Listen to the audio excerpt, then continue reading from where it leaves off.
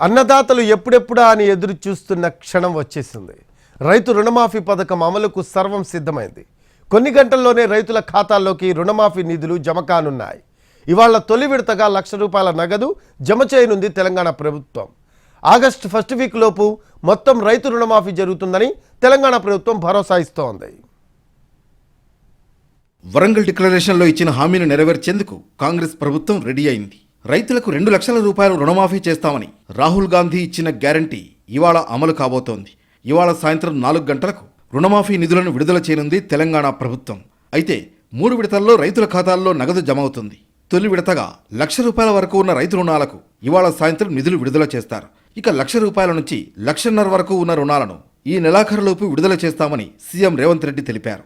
ఆగస్టులో 2 లక్షల వరకు ఉన్న రుణాలు మాఫీ చేస్తామని చెప్పారు. పాస్బుక్ ఆధారంగానే రైతు కుటుంబానికి 2 లక్షల పంట రుణం మాఫీ స్కీమ్ అమలవుతుంది. రేషన్ కార్డు లేకున్నా స్కీమ్ వర్తిస్తుందని సీఎం ఇప్పటికే క్లారిటీ ఇచ్చారు. రాష్ట్రంలో 90 లక్షల రేషన్ కార్డులు ఉండగా 70 లక్షల మంది రైతులకు లోన్లున్నాయి. వీరిలో 6,36,000 మందికి రేషన్ కార్డులు లేవు. అయినా వారికి కూడా రుణమాఫీ వర్తిస్తుంది. రైతు రుణమాఫీకి సంబంధించి సచివాలయంలో 2 ఉమ్మడి జిల్లాలకు 1 ఉన్నతాధికారిని అందుబాటులో ఉంచుతారు. స్కీమ్ అమలవడానికి ముందే అంటే ఇవాళ ఉదయం 10 గంటలకు ప్రజాభవన్లో రాష్ట్ర స్థాయి బ్యాంకర్ల సమావేశం జరుగుతుంది. సీఎం అధ్యక్షతన జరిగే ఈ మీటింగ్లో డిప్యూటీ సీఎం, ఆర్థిక శాఖ మంత్రి భట్టి విక్రమార్క, వ్యవసాయ శాఖ మంత్రి తుమ్మల నాగేశ్వరరావు, ఆర్థిక శాఖ ప్రిన్సిపల్ సెక్రటరీ రామకృష్ణారావు సహా ఇతర ఉన్నతాధికారులు పాల్గొంటారు.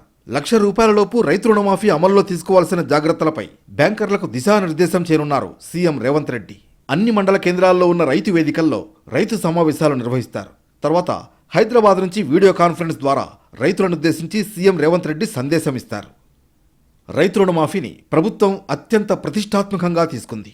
ఆగస్టు 15 కల్లా 2 లక్షల లోపు లోన్ తీరిపోతుంది. ఈ పథకం అమలుపై కలెక్టర్లంతా ప్రత్యేక శ్రద్ధ చూపించాలని ఇప్పటికే ఆదేశాలు వెళ్లాయి. ఏ ఒక్క రైతుకు నష్టం జరగొద్దనేది ప్రభుత్వం చెబుతున్నమాట. ప్రభుత్వం విడుదల చేసే నిధులను రైతు రుణమాఫీకే వాడాలని, వ్యక్తిగత ఇతర రుణాల మాఫీకి మళ్లించొద్దని స్పష్టమైన ఆదేశాలు జారీ చేశారు. గతంలో కొందరు బ్యాంకర్లు ఇలా చేస్తే కేంద్ర ప్రభుత్వం చర్యలు తీసుకుంది. అలాంటిదేమైనా జరిగినట్లు తమ దృష్టికి వస్తే చర్యలుంటాయని సీఎం స్పష్టం చేశారు.